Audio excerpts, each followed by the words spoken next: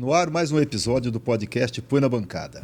O programa que traz a informação sem filtro, com dados e uma pitada de provocação para gerar o debate. E hoje nós vamos falar sobre o tarifaço do presidente Trump sobre os produtos brasileiros.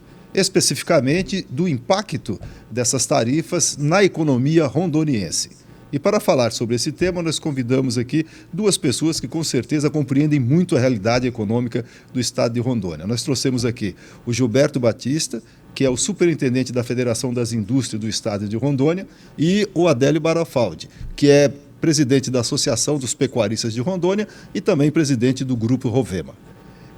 O tema, E primeiro eu quero agradecer a presença de vocês aqui, pela deferência de participar do nosso podcast. E, sem dúvida nenhuma, as informações que vocês trarão vão ajudar muito a população de Rondônia a compreender a realidade e os impactos gerados por esse novo contexto aqui.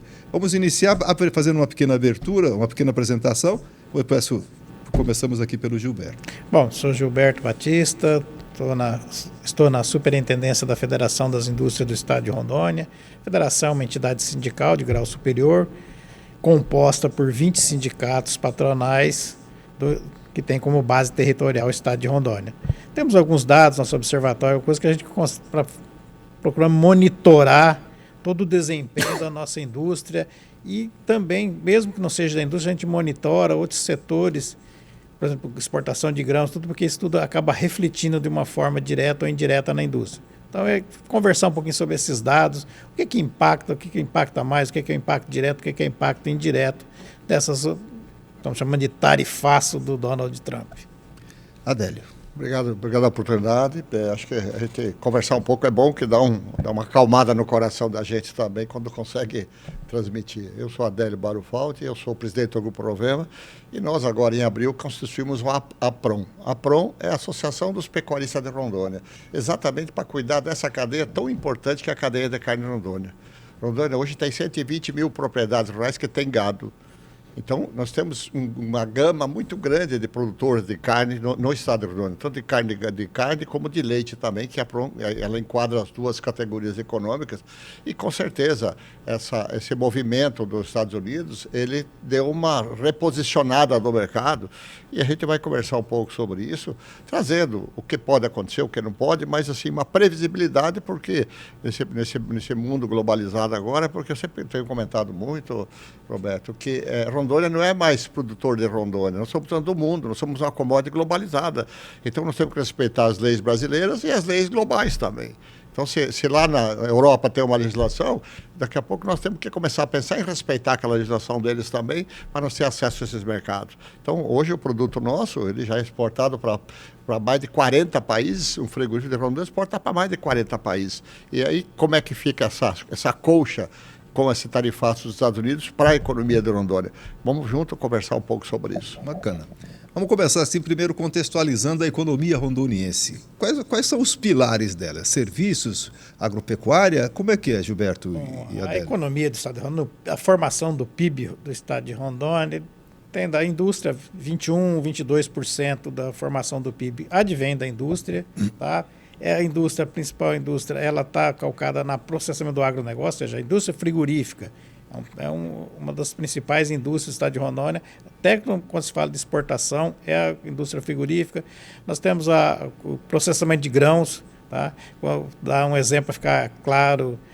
Quando teve a questão das enchentes do Rio Grande do Sul, o governo federal, tem uma dependência do arroz do Rio Grande do Sul. Rondônia não teria essa dependência, porque do arroz consumido em Rondônia, tá? 75%, 80% de todo o arroz consumido no estado de Rondônia é plantado aqui, é beneficiado aqui no estado de Rondônia. Então, nós não temos essa dependência por exemplo, do grão vir de outro estado. Temos produção de feijão, temos produção de milho, temos produção de soja, mas voltando à composição do PIB. Então, ele vai ficar, a parte da indústria, 22%, a parte de serviço ainda é a maior parte, porque o governo entra como serviço, e o primário também, ele está na faixa de 20%, 22% da produção primária. Tá? E aí tem alguma questão, quando você soma, até sobrepõe, a agroindústria, a gente computa como uma indústria, mas também pode ser computado como o PIB do agro. Adélio. Eu vejo a economia de Rondônia, ela passou vários ciclos, que os que têm um pouco de cabelo branco, né, Roberto, sabe, que nós passamos aqui o ciclo do ouro, o ciclo da madeira, aí veio o ciclo das usinas. Agora, a Rondônia, nos últimos 10 anos, ela estabilizou a sua economia sem ciclo. Acho que o grande salto que nós temos aqui com as usinas de madeira, quem lembra, faltava hotel, faltava farmácia, faltava hospital na cidade.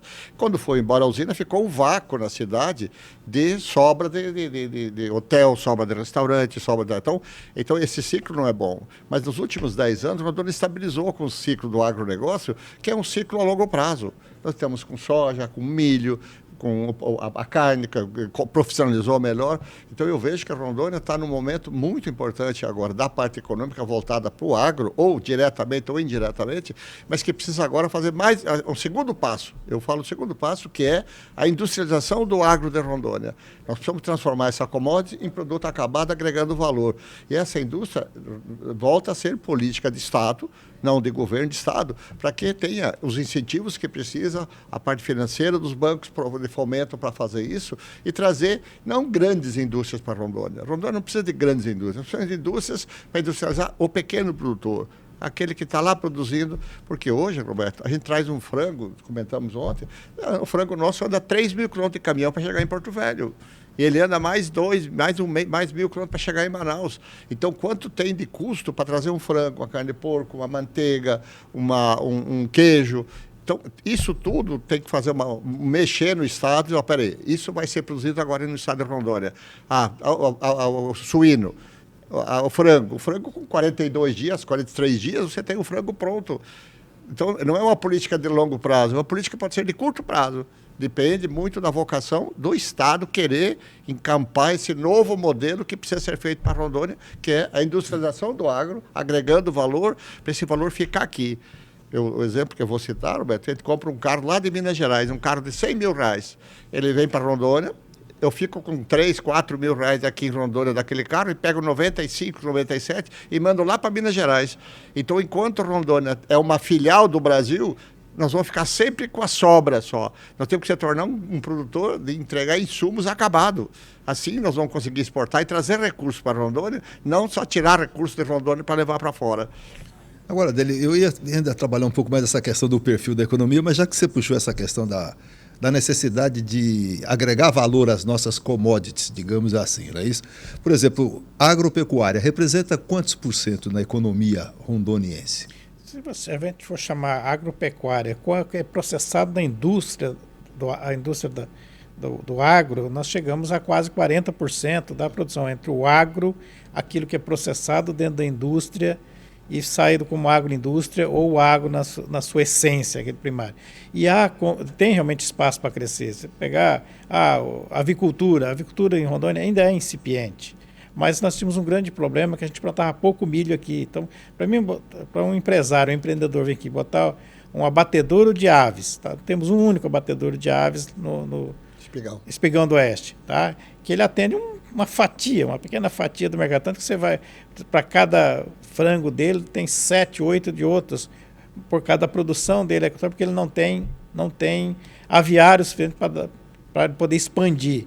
Ovo é a mesma coisa, nós temos ovos aqui que produz no Mato Grosso que vem para cá, temos ovo do Acre que vem para cá, todo gerado assim, falta de... Porque se você for para trazer o alimento, aí ficaria caro, para trazer a ração, o milho fora, fica caro, você não tem como estocar porque a produção era pouco.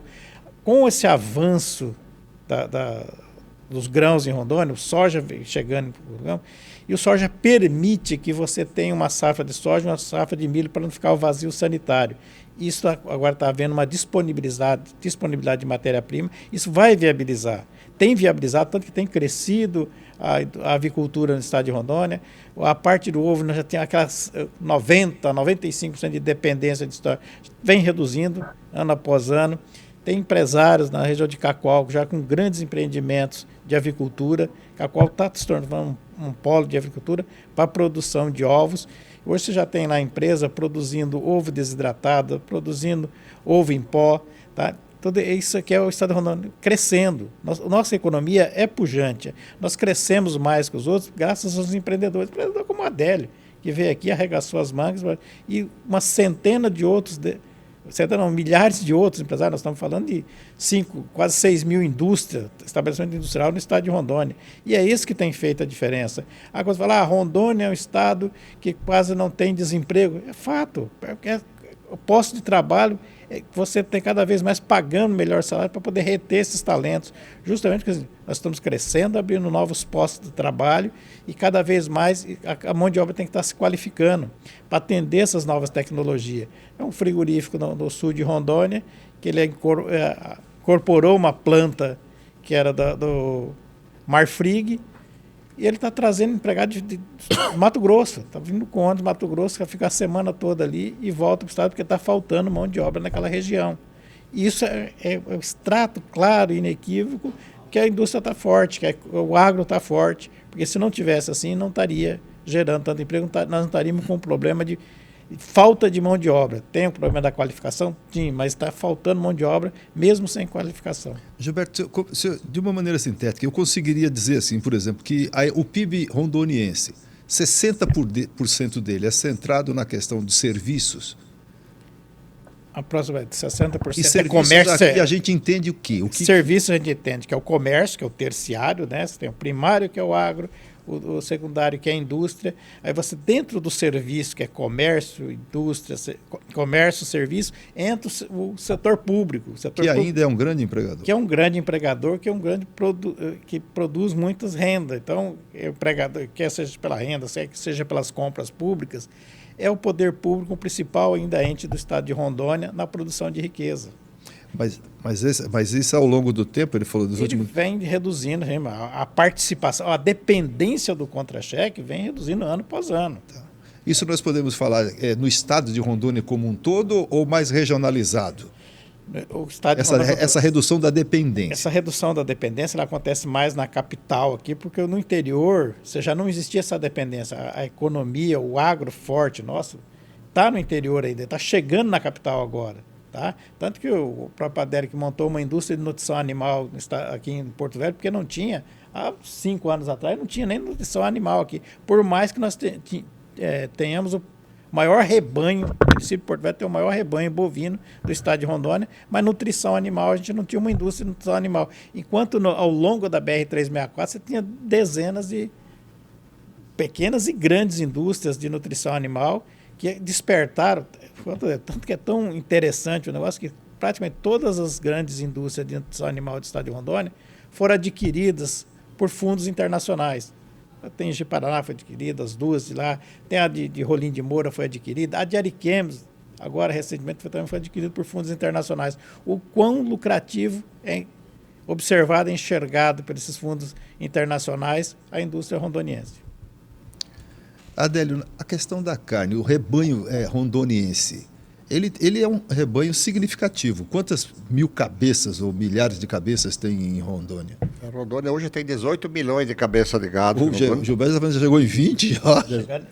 Está 19.400. 19, já passou no último estatística, era o último do censo, que era 2018, a 2024, estava 18 milhões de cabeças de gado. Isso é muito ou é pouco comparado com o rebanho? Se a gente comparar a população, nós estamos falando aí mais de 10. É um boi por pessoa, dá mais boi do que gente. Tá mais de 10. Mais de 10 cabeças de gado por habitante em Rondônia.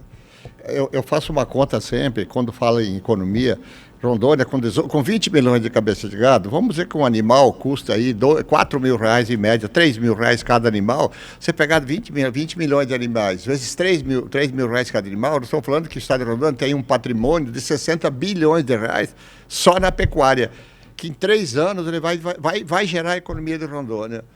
Ano passado, Rondônia bateu 3 milhões e 200 mil cabeças de gado. Isso entrou na economia de Rondônia próximo de 20 bilhões de reais só com gado, só com boi em Rondônia.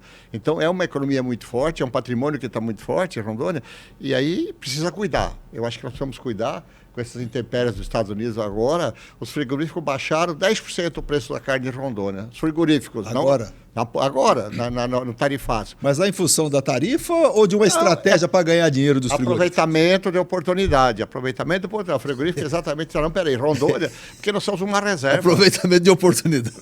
Nós temos que tirar de Rondônia 70% da carne que é produzida em Rondônia, ela tem que sair fora do estado. A gente só consome 30% em Rondônia. Então, é muito fácil. Nós somos uma presa fácil para comprar gado.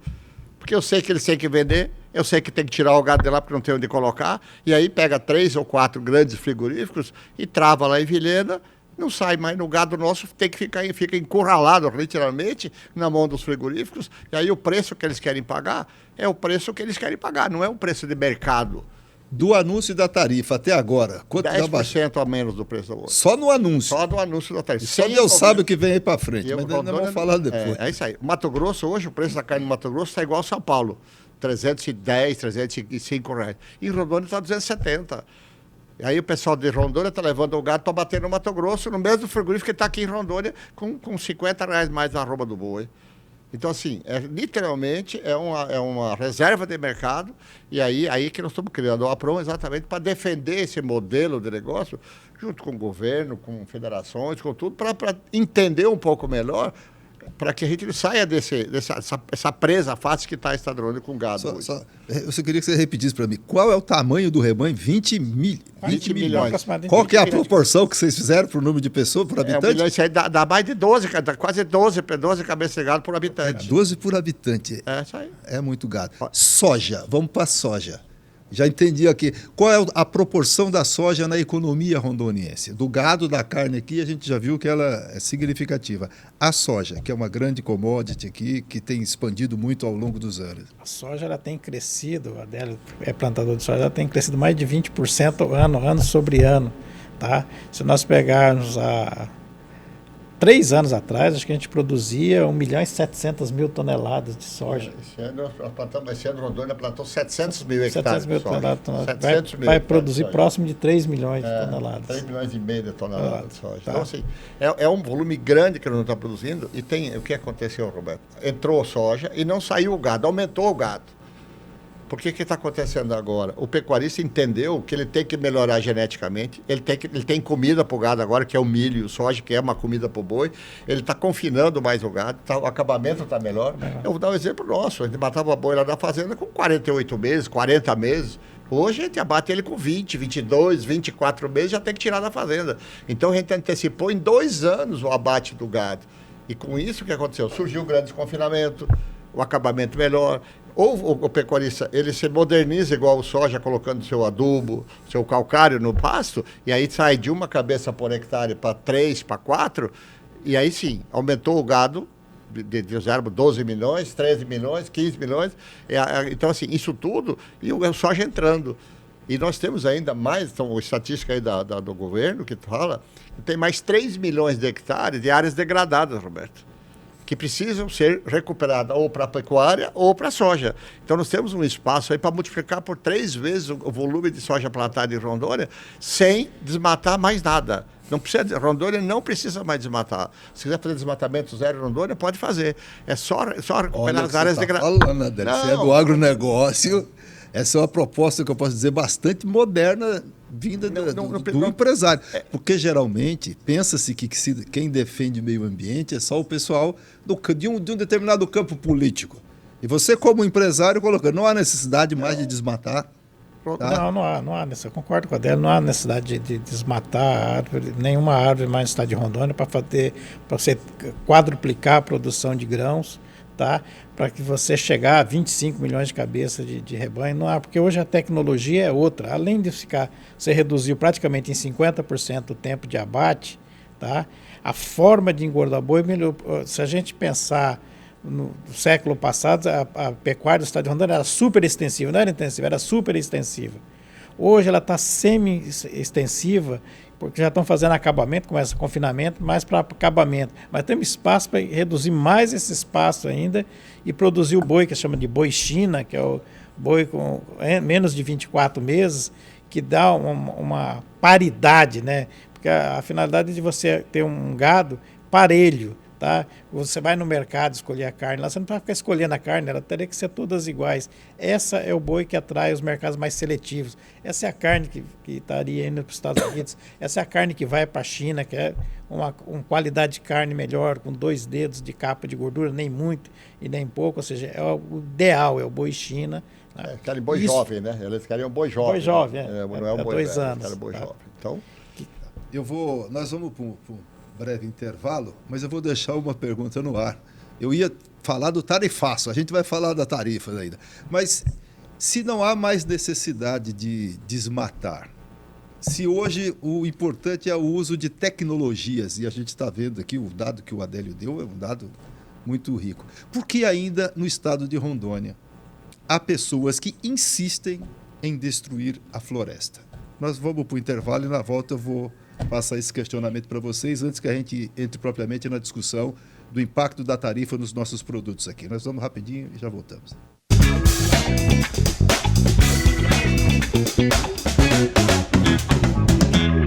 De volta para o segundo bloco do podcast Põe na Bancada. Hoje nós estamos entrevistando aqui o superintendente da Federação das Indústrias do Estado de Rondônia, Gilberto, e o presidente da Associação dos Pecuaristas de Rondônia e também presidente do Grupo do Rovema, Gilberto Barafaldi. No bloco anterior, eu fiz aqui uma certa provocação. A provocação é o seguinte: a gente já podemos dizer que há um consenso aqui de que não há mais necessidade de sair derrubando floresta. Não há mais necessidade disso. E a questão que eu deixei no bloco anterior, que trago agora, é porque ainda existem pessoas em Rondônia que insistem em trabalhar como se nós estivéssemos na década de 70. Por que isso? Eu vejo hoje muito, Roberto, quando o Estado foi mudando de território para Estado, naquele momento a União não passou as terras da União para o Estado fazer a reforma agrária.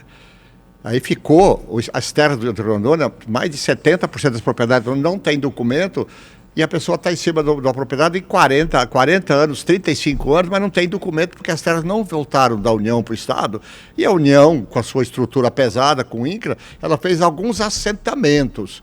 E sobrou muita área em Rondônia que não tem dono. O dono é nós, é a União que é o dono, mas não tem documentação legal. E aí o que aconteceu muito? Na década de 70, você sabe disso, que tinha que desmatar 50% para ter direito ao documento. Depois veio aquela política, vamos integrar para não entregar. Vamos plante que o João garante. Era a política do governo para a gente fazer uma Amazônia sustentável. E aí, quando veio em 2008 o Código Florestal, foi homologado, não, 80%, quem tem até 50% pode ser até 50%, mas quem tem agora daqui para frente é 20% desmatado e 80% tem que preservar. Assim foi feito. Muitas propriedades estão legalizadas, aquela que tem documento.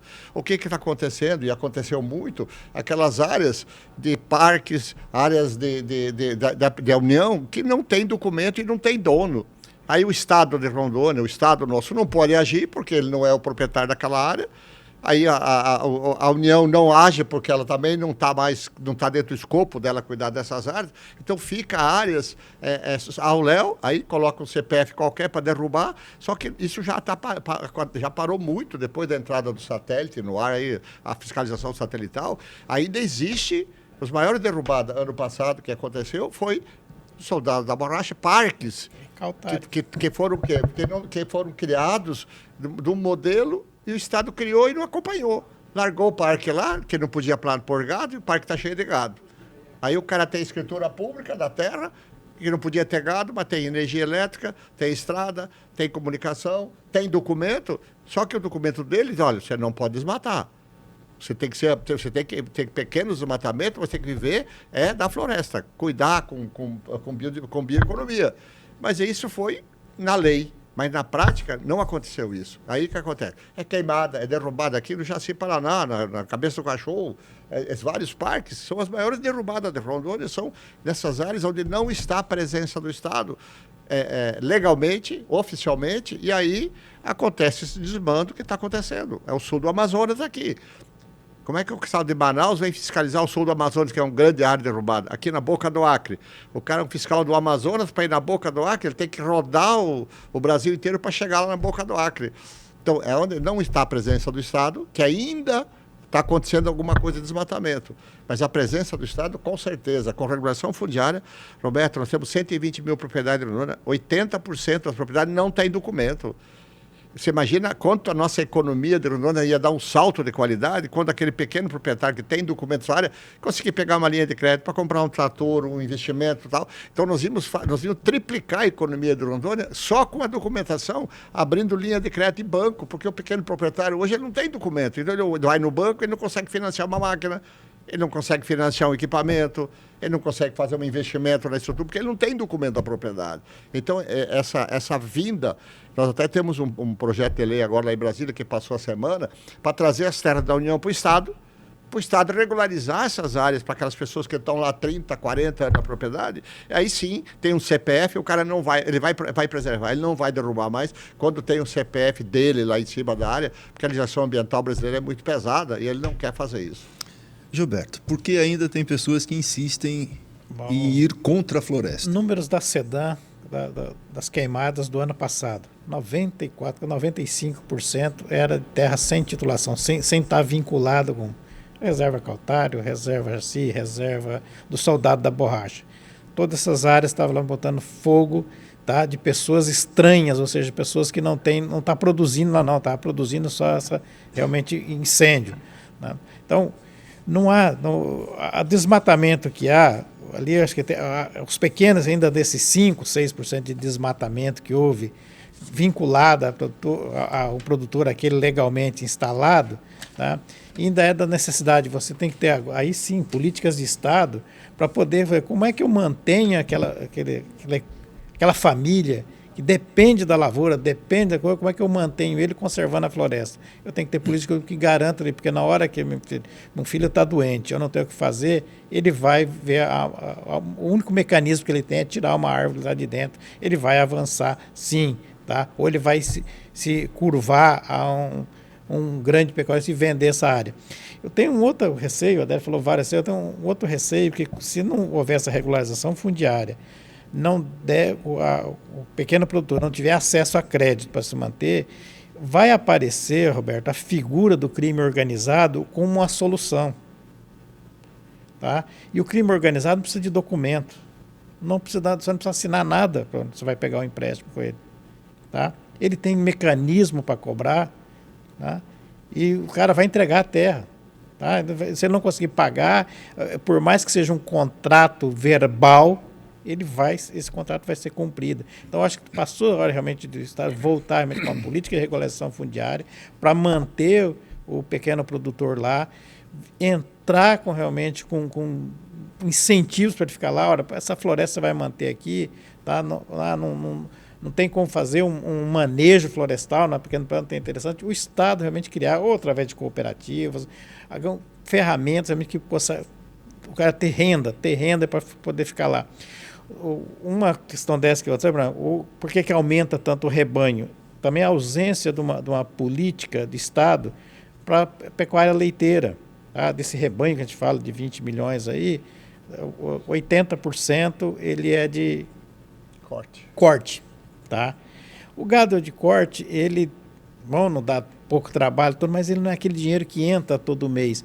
A pecuária leiteira do estado de Rondônia, que nós já chegamos a ter 40 mil, das 120 mil propriedades do estado de Rondônia, chegou 42 mil propriedades aí que produziam leite. Hoje, se chegar a 20 é muito. Tá? Porque ele vai saindo daquela pecuária, porque a produção é pequena, não é o negócio principal do produtor, ou ele está plantando um café, ou é mais fácil vender um bezerro, então ele tem que ele não tem renda o suficiente nessa pecuária dele para poder pagar um empregado, então ele tem que fazer com a própria família. Tá? O filho vem para estudar, começa a vir atrás de oportunidades melhores, ele não quer lá ficar igual o pai. Aí falta a mão de obra, ele vai desistindo das vaquinhas de leite, por mais que aquele todo dia pinga o dinheiro ali, todo final de mês o laticínio está pagando lá. Mas o leite é enquanto a pecuária de corte cresce ano após ano, a de leite vem caindo ano após ano. Tá? Nós chegamos já a produzir uma média de 3 milhões de litros de leite por dia. Tá? Hoje a nossa média 1,5 milhão, 1,2 milhões. Se a gente pegar na época agora que nós estamos saindo da chuva e entrando na seca, essa média vai cair para 700 mil litros de leite por dia. É pouco para poder manter essas indústrias no estado. Aí vive quase que uma guerra entre os laticínios e entre o produtor. O produtor acha que recebe pouco, o laticínio tem a dificuldade de poder buscar, e toda hora que botar a ponta do lápis, ele vai ver que ele está pagando o máximo possível, aí vira quase que uma faixa de Gaza entre pecuaristas, os produtores de leite e os laticínios, um dizendo que o outro está sendo... Roberto, só um dado, só para você, um dado do leite que o Gilberto está falando, que faz parte da PROM, o escopo leite também. A gente produz 1 milhão de litros de leite por dia, já produzimos 4 mil no passado, 3 mil. Se você pegar 1 milhão hoje, com 3 mil do passado, tem 2 milhões de litros dia que está deixando de ser produzido. O produtor recebe R$2 por litro de leite. 2 milhões de litros por dia, vezes R$2, estou falando de 4 milhões de reais que está deixando de entrar todo dia na economia de Rondônia. Então, o leite é uma distribuição de renda super social. O governo tem que ter essa visão, uma política de governo, que o leite ele leva o dinheiro lá para o pequeno produtor. Você imagina 4 milhões de reais distribuídos no estado de Rondônia todos os dias, que está deixando de entrar esse dinheiro em Rondônia. Por uma falta de uma melhoramento genético. Hoje, antigamente, tinha que buscar vaca lá em Minas Gerais. Hoje em dia, o cara traz um sêmen lá, fecunda daqui 2 anos, o cara já tem uma vaca. A nossa vaca, a própria 5 litros de leite por dia em Rondônia. A própria alimentação, na época da seca, a vaquinha de leite passa fome. Por isso que produz pouco leite. O Adélio falou, acho que no bloco passado, sobre essa questão do comércio, que ele é regido não somente pela legislação local, é global isso daí. Nós estávamos falando aqui a respeito dessa ocupação dessas áreas de floresta, de reservas, de parques de Rondônia aqui. Junto com as tarifas americanas, também foi aberta uma investigação pelo Departamento de Comércio dos Estados Unidos para verificar a rastreabilidade, ou seja, a origem desses produtos brasileiros. Aí a gente chega em Rondônia. O que vai acontecer com Rondônia caso essa investigação vá à frente? Olha, o gado está vindo lá do Bico do Parque, está vindo lá do Soldado da Borracha, está vindo, não sei, áreas de reservas. Portanto, são áreas que são regiões que são contra a preservação da floresta. Logo, nós não vamos comprar mais produto de vocês. Isso vai impactar aquele produtor que age de acordo com todas as normas? Roberto, a questão do gado, hoje as plantas frigoríficas, essas que exportam, são grandes, já não aceita. O GTA não pode ter origem em área que não esteja regularizada. O JBS não compra se não tiver caro. O Minerva também. Então, o que está acontecendo, fazer a rastreamento para ver se o produtorzinho que está lá no Jacinópolis, numa área que possivelmente lá tem uma grande parcela lá de áreas que eram reservas, tá? E vendeu para alguém que está numa área legalizada, vamos assim chamar, e esse vendeu para o frigorífico. Tá? O JBS já está rastreando todo. Tá? Ele já está rastreando todo, o Minerva está rastreando todo, então ele vai se vender para esses pequenos frigoríficos ali. Então a pressão da carne ela já tem uma rastreabilidade, as próprias empresas para poder manter no mercado internacional. Carne é uma commodity de negociação mundial, não é o preço, é o pecuarista. Mas o estado de Rondônia paga menos, não sei o quê. O frigorífico ele tem um custo dele e tem que estar negociando o tempo todo, tá? Então os frigoríficos não estão ficando bilionários aqui no estado de Rondônia, não, porque a rentabilidade dele é praticamente a mesma de um estado para o outro. É o custo logístico, é o custo tributário que faz a diferença de um estado para o outro. Carne no estado de Rondônia sai tudo pelos portos do sul. Não sai, um ou outro contêiner sai por aqui, mas a carne, a gente vai ela tem que, o abateu aqui no centro do estado, ele tem que percorrer a BR-364 com todas essas intempéries, chegar no Porto de Santos, no Porto de Paranaguá, no Porto de Itajaí para poder exportar. Então você tem esse custo logístico adicional que não vai ter o cara de São Paulo. O Mato Grosso tem esse custo, tem um pouco menor, mas também tem esse custo logístico. Tá?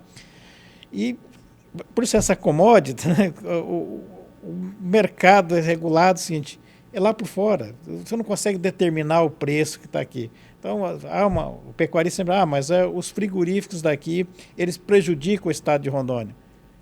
Mas a gente não consegue chegar em números, não, realmente está prejudicando. Porque a Federação das Indústrias, que está na defesa do interesse, vai defender os frigoríficos, mas não para práticas antieconômicas, práticas que vão prejudicar a pecuária, porque a gente tem que pensar sempre...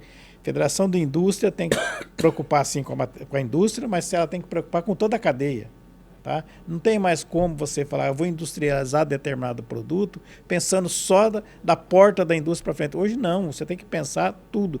Tá? Voltando, concluindo o raciocínio dessa questão do Trump, na questão da carne, a gente não vê que isso aqui vai chegar lá na frente, dizendo, olha, nós vamos parar de importar carne, nós vamos taxar mais ainda, porque essa carne está vindo de origem legal, ou seja, estão devastando a floresta para plantar bovino. Pelo contrário, o Ministério Público já andou fazendo aí, intimando várias propriedades que você tem que dar um prazo para poder tirar esse rebanho de lá e, senão, sob pena deles fazer o confisco mesmo. Você está sendo um cara de muito boa vontade, mas os americanos podem dizer o seguinte: não, a explicação da Fiero está correta, estamos trabalhando aqui na rastreabilidade, mas vocês estão acabando com a floresta e eu vou meter 50% aí em cima do produto. É possível isso? Eu acho que hoje o Gilberto falou um pouco, mas o que acontece hoje? O governo brasileiro, Rondônia entrou primeiro o estado brasileiro com livre de aftosa em grande volume de carne, foi o estado de Rondônia, agora o Brasil inteiro está livre de aftosa. O segundo passo, que sai a legislação agora, até 2030, o gado brasileiro tem que estar todo rastreado. O rastreado, Roberto, ele chega desde a origem daquele animal. Mas como eu falo assim, se pega uma área, Gilberto, uma área que não tem documento, como é que você vai dizer que aquele gado saiu daquela propriedade se aquela propriedade não tem documento? Então a gente tem que começar lá na raiz do problema, temos que regularizar a parte fundiária, ter a parte ambiental regularizada, porque se eu tenho um gado que veio de uma propriedade que não tem documento, eu não sei se aquela propriedade está legal ou está ilegal, porque ele não tem documento. Aí vai para uma outra fazenda, ele vende com gado rastreado. Vocês acompanharam, está no ar a briga ainda, que é a questão da moratória da soja, que é um item que surgiu aí muito forte no mercado brasileiro, porque a soja foi a primeira afetada. O que é a moratória da soja? É a legislação ambiental europeia que eles colocam dentro do Brasil. Aí a moratória, a Europa fala assim, não, todo desmatamento, a partir de 2008, do Código Florestal Brasileiro, é desmatamento ilegal. Mesmo que você teve autorização do Estado para fazer, a parte legalizada, está tudo legalizado no Brasil, mas ela faz 2008. Então, quando fala moratória da soja, é do café, é do cacau, é da carne, todo produto exportado para a Europa, o europeu pode dizer, não, desmatou a partir de 2008, eu não quero mais, não compro mais. E ele não compra soja de Rondônia hoje, de áreas desmatadas a partir de 2008, mesmo que legalmente. Então, o risco, por isso que eu falo, quando temos que cumprir uma legislação global, pode acontecer com boi? Pode acontecer. A China falar, eu vou comprar gado em Rondônia das áreas desmatadas até 2008. Se fizer isso, volta a Rondônia para 2008 o que nós somos hoje em 2025. O quanto Rondônia se estruturou, o quanto nós recuperamos as áreas degradadas, e eles entendem que a partir de 20% da tua área, a partir de 2008, toda ela é considerada ilegal. Isso é um problemão, a gente tem que trabalhar muito isso, e a Apron está trabalhando muito forte isso, que é a regulação fundiária, para também trabalhar a SEDAM, para a regulação da parte de CAR. Hoje a madeireira de Rondônia está com problema. Ele está lá com um gatilho de 180 dias que deram para ele tentar, porque quando não tem o CAR habilitado da sua propriedade, você não pode explorar nada daquela propriedade. Aí como é que os CAR nossos aqui está demorando, daqui a pouco, 6 meses para sair, um CAR quando sai. E aí o que acontece? E isso tudo são políticas que tem que pôr na mesa, quando você fala pôr na mesa, realmente tem que trazer para a mesa, e o Estado conversar com a sociedade, peraí, como é que nós arrumamos o estado de Rondônia? Como é que nós legalizamos o estado de Rondônia? Porque a gente tenha desmatamento zero, uma propriedade saudável ambientalmente, sustentável, para que a gente atenda a legislação global. Isso tem que ser muito discutido. Esse ponto dessas necessidades, dessas demandas que existem, nós vamos tratar no terceiro bloco. Mas antes de ir para o terceiro bloco, eu vou deixar uma outra questão aqui. É com relação à soja. A soja é uma commodity importante para o estado de Rondônia. E nesse jogo político mundial aí, recentemente nós vimos o presidente americano pressionando a China para que compre soja americana, ou seja, deixe de comprar soja brasileira. Como é que vocês compreendem essa situação? Nós vamos para o intervalo rapidinho e voltamos.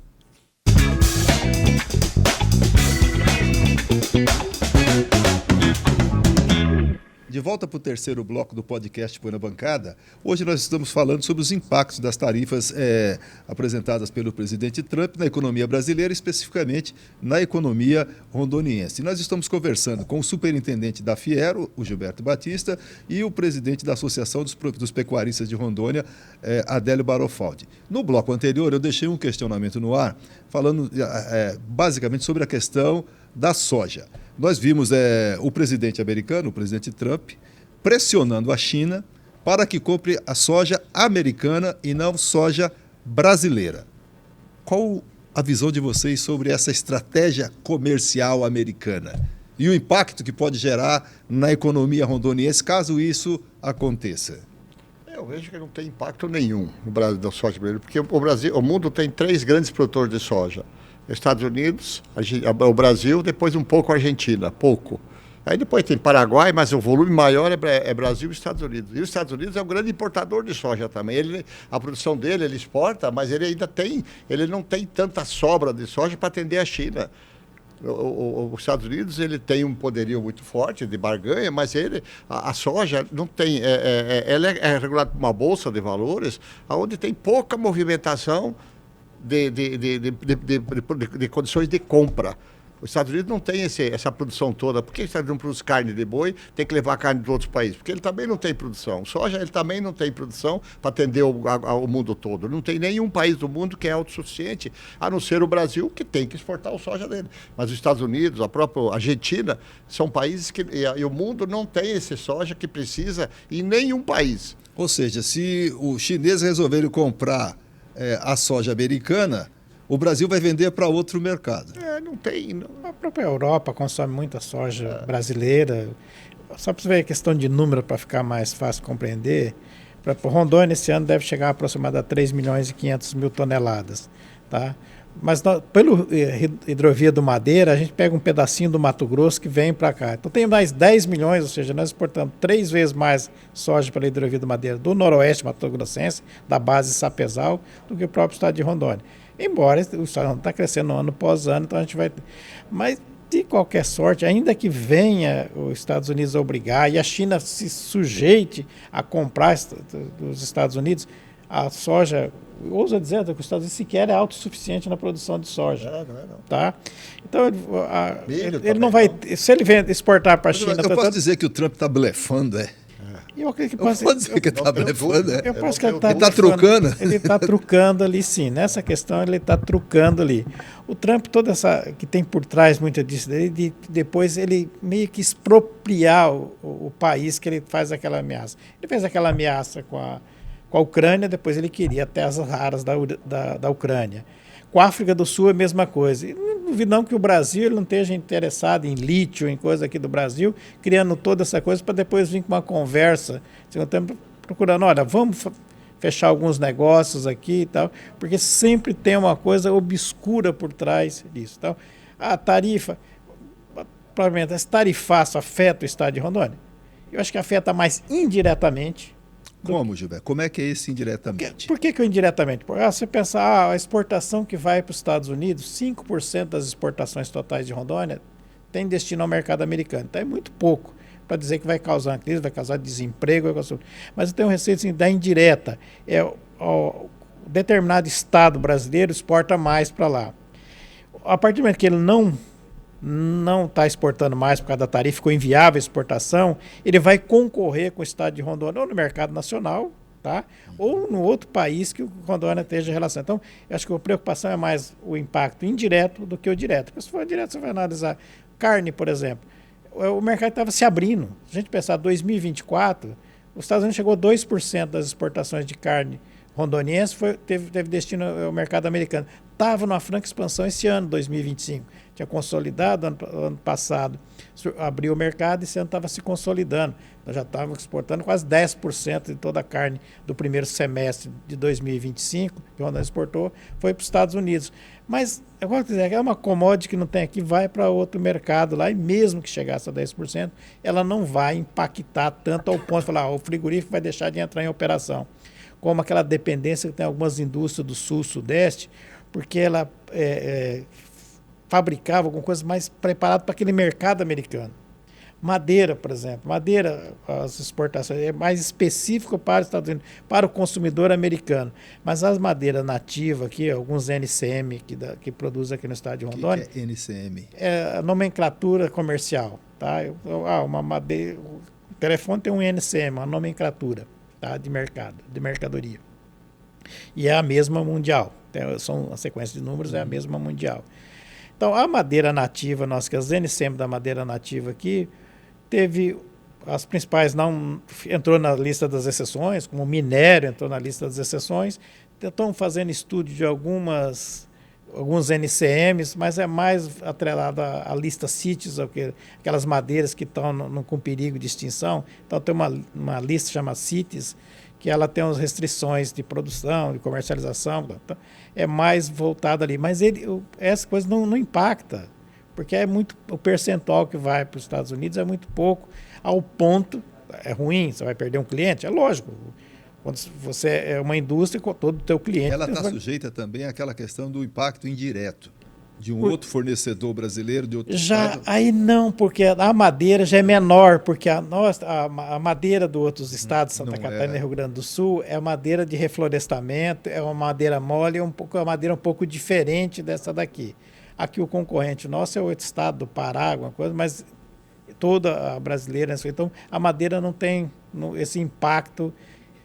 é anunciado, onde não vai chegar na madeira. O minério, desde a primeira investida, porque eles são deficitários de minério, desde a primeira investida, o estanho, que é o principal que a gente manda para lá, ele já tinha tirado da lista lá, não chegou nem a entrar na lista dos 10%.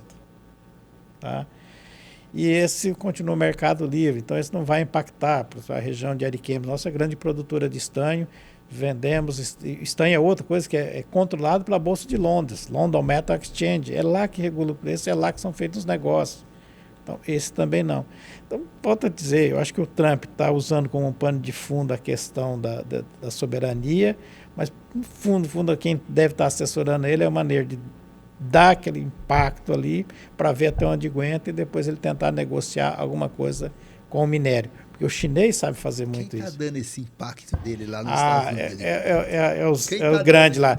Não tem, é um político brasileiro não, ou os interesses econômicos são muito maiores do que se passa do ponto de vista político? Eu acho que transcende o político, é mais negócio de mercado. Se você pensar a guerra da Ucrânia com a Rússia, é oligárquica. São os oligarcas russos com os ucranianos lá, num jogo de interesse. Tanto que a Rússia invadiu só aquela área de Donetsk, a área mais rica que ele tem lá em fertilizante, minério. Lá ele está interessado lá. Pô, só, a fronteira é longa com isso, mas ele quer aquele pedacinho. Olha, eu saio daqui, se você me deixar Donetsk, que é uma região super rica em minério. Só que é o filé. Mas quem está lá? São os oligarcas, que são russos, que estão dentro da Ucrânia, que aparentemente estavam sendo tolhidos pelo governo ucraniano, porque os oligarcas da Ucrânia queriam um espaço maior. Então, sempre que tem falando disso aqui, alguém está pensando em ganhar dinheiro. A própria investigação que abriu lá nos Estados Unidos, no anúncio das taxas, alguém comprou bilhões de dólares. Ganharam dinheiro com o anúncio. Com o anúncio, porque o cara teve uma informação. Sempre tem alguém ganhando dinheiro. O secretário americano. Tá? Nos Estados Unidos ele colocou tarifa no mundo todo. Ele sacudiu o comércio global inteiro. Não foi o Brasil, foi um dos últimos que ele entrou com tarifa. Ele foi para a China, foi para a Rússia, ele foi em vários países. Ele foi, pode dizer que o mapa do mundo, ele colocou tarifa para o mundo todo para dar uma acomodada e agora vamos negociar. Faltou negociação. Eu vejo assim, hoje, quando você fala o afetamento à nossa economia de Rondônia, nós somos 1,4% do PIB do Brasil, Rondônia só. Então, nós somos a menor economia. Então, qualquer reflexo que der na economia lá do Sul, ela pode não atingir diretamente, agir no impacto, no tremor de uma economia que nem São Paulo. Mas quando eu falo assim, nossa piscicultura daqui, nosso pescado... Eu ia te perguntar do peixe. Nosso pescado aqui, ele vai, uma boa parte é comerciado no sul do Brasil. Quando a tilápia, que só produzia para exportação praticamente, não consegue exportar, eles vão colocar esse produto no mercado de São Paulo. E aí o nosso tambaqui vai chegar com outro preço, vai ou baixar preço ou não vai conseguir colocar. O nosso café de Rondônia. A piscicultura aqui está em expansão ou não? A piscicultura ela cresceu, acomodou, ela está com uma leve queda, mas tem espaço para crescer. Mas hoje, se a gente pensar, nós chegamos a ter quase 100 mil hectares de lâmina d'água. Hoje deve estar em torno de 60. Está pouco. A piscicultura caiu por quê? Falta aquela assim. A piscicultura ela entrou forte na economia de Rondônia, desde a época quando o Caçoal fazia um tanque para cada um, depois entrou a extensiva, e aí o que aconteceu? Faltou a segunda parte da cadeia, que é a industrialização do pescado. Porque o cara não quer lá em São Paulo, na Avenida Paulista, no 10º andar de um prédio, ele não quer comprar cabeça de tambaqui. Ele quer comprar uma costela de tambaqui. Isso é mais chegado para a gente da região aqui. Aí entra a tilápia. Por que a tilápia entrou no mercado? Você vai lá no mercado, chega em casa, coloca lá o azeitinho, está pronta a tua tilápia. Você pega um tambaqui, não é que ele não seja bom nativo, é um bom peixe. O problema é que o consumidor de volume, ele quer um peixe tratado. Quando ele tira do pacote, coloca lá para fazer, não tem que levar vísceras de peixe para São Paulo. E aí o tambaqui fica não competitivo. E a nossa indústria do pescado de Rondônia, ela não acompanhou, faltou a cadeia se completar. E aí aconteceu o quê? Subiu, sobrando peixe. Hoje nós temos um pirarucu, que é um excelente peixe na Amazônia, mas ele não tem mercado mais, porque não tem quem produz e não tem mais quem compra, porque é um peixe que tem que ser um volume maior. Então, quando você fala que não afetou, Roberto, o tarifaço, afetou muito o Rondônia. Não diretamente naquela pequena, mas vai afetar, porque quando o governo federal concede incentivo fiscal para aquelas cadeias do Paraná, de São Paulo, da Bahia e tal, consegue incentivo fiscal para que eles sobrevivam naquele momento lá, aquele dinheiro podia estar numa economia de um outro modelo do governo. Ou seja, você está falando do pacote lançado recentemente O pacote para apoiar lançado, os exportadores. eu não sou contra o pacote, tem que fazer isso mesmo. Só que aquele recurso que vai para o pacote, aquele empresário, ele não precisava daquele dinheiro, porque ele estava sobrevivendo com a economia dele. Mas o que o governo teve que fazer? Teve que fazer o socorro. Quando ele faz um socorro lá embaixo, ele deixa de investir nas regiões que mais precisam, que são as regiões do entorno do Brasil. Porque São Paulo, o governo não precisa investir em São Paulo, tem que investir na região nossa. Então, eu vejo que Rondônia vai ser afetado indiretamente, porque poucas empresas vão precisar fechar, porque não tem mercado americano. Mas elas vão ter que diminuir volumes, reestruturar elas, em função do mercado brasileiro. O café. Nosso café é para São Paulo, o Três Corações mistura e exporta para qualquer país do mundo. Nós também exportamos, mas eles exportam para todos os países do mundo. Então, quando São Paulo, Minas, tem um café deles que atende o consumidor dele lá e não põe no mercado local, o que vai acontecer com o café de Rondônia? Segura aí o teu café que eu não quero agora. Então a gente pode ser afetado, indiretamente vai ser afetado aqui, não tenho dúvida que vai ser afetado. Né? O café tem uma preocupação, sim, Adélio, porque o café tem duas coisas. O café deu essa explosão por causa da questão climática no Vietnã. Sim.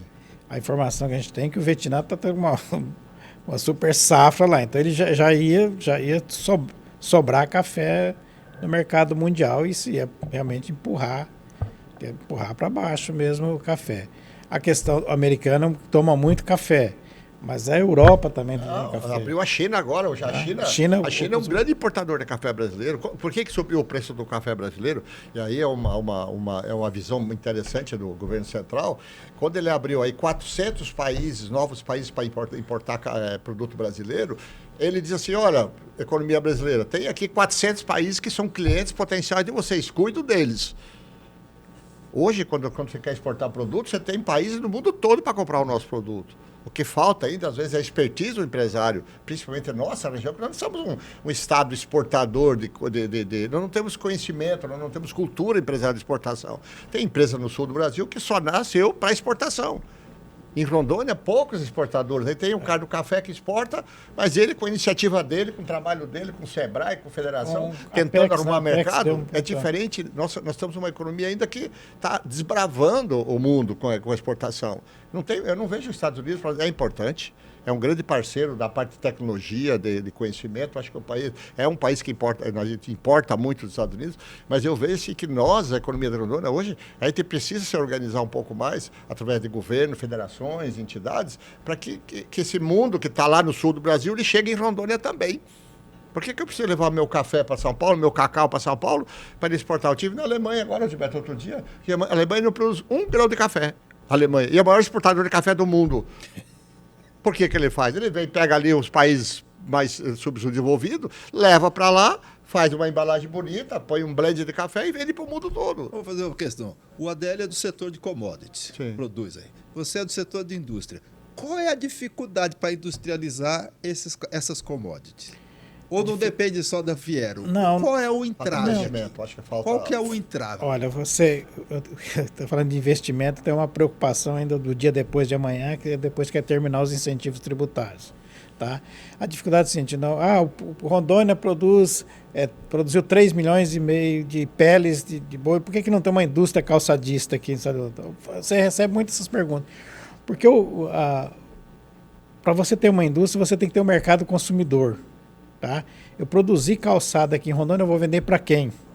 Tá? A soja, por que eu não industrializo a soja? Então vamos industrializar essa soja, já que o americano está no Brasil, vamos industrializar a soja, vamos vender então o óleo, vender o farelo, não é tão simples assim. Eu fiz essa pergunta para um chinês, numa dessas viagens que a gente foi lá, essa de 2018. A pergunta foi basicamente assim, pô, mas não é muito mais producente vocês importar o farelo de soja ou o próprio óleo bruto da soja e aqui vocês transformarem... Não, mas existe uma política do governo, tá? Se eu importar o grãozinho de soja, que aqui eu faço vários, até a pelezinha eu tenho uma destinação para ele, tá? Se eu importar o grão, não tem nenhuma sobretaxa. Eu estou trazendo uma commodity para cá, não pago nenhuma taxa. Se qualquer processo de agregação de valor que eu comprar, ou só a torta, ou só o farelo, a coisa, ele já começava naquela época com 20% de taxa. Então, são políticas de proteção que você tem dentro de cada país, como nós temos aqui, tem a proteção dos países, que às vezes você... E o mercado local não absorve você tudo industrializar. Pegando milho, a gente produzindo milho, está saindo uma usina de etanol de milho no estado de Rondônia. Lá em Cerejeira está investimento de quase R$500 milhão para produzir etanol e produzir o DDGS, ou seja, a cadeia que vai aproveitar tudo. Ele vai ter o combustível etanol na rede de postos, o DDGS vai para a nutrição animal, porque ele é muito mais nutritivo que o milho comum, 3 vezes mais nutritivo na questão de proteína, tá? Mas... porque você tem esse mercado. O couro já não adianta fazer uma indústria calçadista que eu não tenho um mercado para mandar. O custo de produção nosso é alto. Tá? O Brasil inteiro, a questão de produção calçadista, parou. O polo calçadista do Rio Grande do Sul, que é na região do Novo Hamburgo, tá 10, 20% que era. O polo calçadista paulista, que era em Franca, também caiu sobremaneira. Então, como é que a gente vai trazer e industrializar aqui? Eu tenho que ter 2 componentes para pensar, ou está próximo da matéria-prima ou está próximo do mercado consumidor. Aqui eu tenho a matéria-prima, mas a distância do mercado consumidor, eu não consigo ter viabilidade para uma indústria calçadista no estado de Rondônia. A mesma coisa de soja. A soja tem uma indústria no sul de Rondônia, já razoavelmente grande. Vilhena, que é a do Curtis. Ele produz soja. Aí tem uma aqui em Porto Velho, um pequenininho aqui em Porto Velho, que está também esmagando soja. Está mandando o óleo dele para a Venezuela, tá? E o farelo sim no mercado nacional, até porque essa nova forma da pecuária, né, crescendo, e há 10 anos atrás, acho que 10, 15% usava nutrição animal no acabamento. Hoje, acho que eu deve ter informação, mas deve dar mais de 30%, 40% já usa nutrição animal. Então aí sim aumenta o consumo de farelo de soja. Gilberto, eu sempre vejo nas campanhas políticas aqui os candidatos falando que nós temos que implantar o parque industrial. Todo mundo fala isso, toda campanha. Você deu algumas pistas das dificuldades de implantar um parque industrial aqui. Tem que ter consumidor, essa coisa toda. O Lula veio a Rondônia esses dias e ele anunciou a construção da ponte lá em Guajará e também os estudos estão avançando sobre a questão da ferrovia bioceânica. Esse tipo de infraestrutura, de logística, isso altera o quê para nós rondonienses? Eu vejo essa ferrovia mais próxima dele. Eu vejo essa ferrovia como é um projeto ainda, mas para nós e para Manaus, o pessoal não acertou. Hoje a gente tem dificuldade de ir para o Pacífico por causa da cordilheira. O nosso soja hoje ele vai para Manaus, vai para Belém, passa para o Panamá para ir para a China. Se nós invertermos subindo a cordilheira, nós vamos ganhar, em termos de transporte, muito com isso. Em Manaus, toda a indústria de Manaus, hoje que é a indústria eletrônica, os componentes vêm da China. Então, esse trem pode levar nosso commodity para o porto de Xangai e trazer os contêineres para Manaus, e aí o Porto do Madeira aqui, é importantíssimo esse canal do Madeira para Manaus. Então, vai atender Rondônia? Muito bem. Atende o agro, muito forte a China, mas eu vejo a indústria de Manaus interligando, muito forte o polo de Manaus ser favorecido, porque hoje os produtos de Manaus vêm da China, e com isso nós teríamos um custo baixo de logísticas, que o agronegócio não aguenta a logística. Imagina nós colocar o nosso soja aqui dentro de um trem aqui em Porto Velho, e subindo a cordilheira com 2.000 quilômetros, nós estamos lá em Xangai. Quando nós temos que andar para Paranaguá, qualquer produto é 3 mil quilômetros. Então, nós temos um produto grande para trabalhar, a ponte da Bolívia que você colocou. Claro que é um investimento que precisa, a Bolívia é um grande parceiro nosso, precisa melhorar o relacionamento com a Bolívia, tem toda essa baixa da cordilheira que ela precisa ser trazida para a nossa economia daqui. Hoje, assim, eu vejo Rondônia nesse centro, a médio e longo prazo, nós vamos ser um polo de logística aqui muito grande em função do que está sendo desenhado aqui em Rondônia, entendeu? Olha, o nosso tempo está chegando. Eu tenho um monte de questões para fazer para vocês aqui, mas não vai dar. Mas eu acho que o nosso bate-papo aqui trouxe um conjunto de informações para que as pessoas tenham um pouco de noção do que significa esse momento, o impacto das tarifas e também a questão da estruturação da economia rondoniense pela fala bacana de vocês aqui. Eu deixo assim para as considerações finais de cada um. Bom, só para concluir essa questão da ponte, Roberto, tem que vir junto com a ponte a melhoria da rodovia 425, a 364, né, nesse segundo trecho aqui que vai para o Acre, 425, ou se não tirar do papel a 421, que é que liga Ariquemes até Nova Mamoré. Porque daí sim, essa ponte vai ter uma efetividade muito maior se você investir nessas rodovias aqui. E ferrovia, se a gente não fizer essa ferrovia aqui, Adélio, eu vi os chineses estudando de Xangai, Porto Velho, Manaus, Tabatinga, Iquitos. Lá não tem a cordilheira tão alta lá. Não tem tão alto, sair lá por cima, coisa. Mas eu acho que é um custo demorado. Para o Polo Industrial de Manaus não compensa isso, porque é alto valor agregado nos contêineres lá, teria que vir por aqui mesmo. Não tem as duas pernas. Não tem as duas pernas, então teria que ser por aqui. Eu estou muito esperançoso, mas quase convicto que esse estudo, que foi assinado o protocolo de intenção para fazer esses estudos, vai sair do papel. Não é uma ferrovia, não tem impacto ambiental, elas têm impacto, mas ele é muito mais mitigável, ou seja, tá? Então eu tenho muita esperança de sair, daí, uma década a mais aqui, aí Porto Velho vai ser o hub logístico do Brasil. Tá? Mas encerrando, porque foi um prazer estar aqui, Roberto, conversar um pouquinho contigo, conversar um pouquinho com os telespectadores, falar um pouquinho da indústria e colocar a Federação das Indústrias à disposição. Se você quer montar uma indústria, precisa de alguns dados, procure lá a gente. Vamos lá, está lá, vai receber de braço a braço. Não tem nem secretária lá, vai lá com a gente, vai lá, vamos estudar, ver qual que é o melhor mecanismo, onde estão as dificuldades, o que são incentivos tributários, qual é o incentivo tributário do Estado, qual é o incentivo tributário na zona da Suframa, qual é o incentivo tributário na zona da Sudã. A gente conversa lá, pelo menos você vai sair de lá com informações para tomar a sua decisão com mais segurança. Adélio. Queria agradecer a oportunidade e eu queria me dirigir agora para o pequeno proprietário rural de Rondônia, aquele que tem lá seu gado, sua vaca de leite e tal, que ele venha junto com nós na PROM. Nós temos grandes desafios, Roberto. A PROM hoje ela tem um desafio muito grande. A regulação fundiária, a parte ambiental, os embargos ambientais, a patrulha rural, nós temos que tirar a patrulha rural de uma política de governo para uma política de Estado. A hora que você tira do governo uma política, você joga para o Estado. Nós temos a parte dos embargos ambientais, que é um problemão para a propriedade de Rondônia. Então, o preço do boi em São Paulo, Rondônia, nós temos um trabalho agora para tirar para exportação de gado em pé de Rondônia. Estamos fazendo um movimento, tem um comprador que quer 150 mil animais de Rondônia para exportar para a Argélia. Estamos negociando para desafogar um pouco essa pressão em cima do pecuarista de Rondônia. Mas para isso eu preciso que o pecuarista venha com a gente. Então, em nome da PROM, eu quero agradecer e convidar. Venha somar com a PROM, que eu acho que nós vamos ter uma grande entidade para representar a gente nesse momento de transição que nós estamos passando agora. Ok, Roberto? Obrigado e estamos à disposição. Obrigado. Obrigado, Adélio. Obrigado, meu presidente aqui, Gilberto.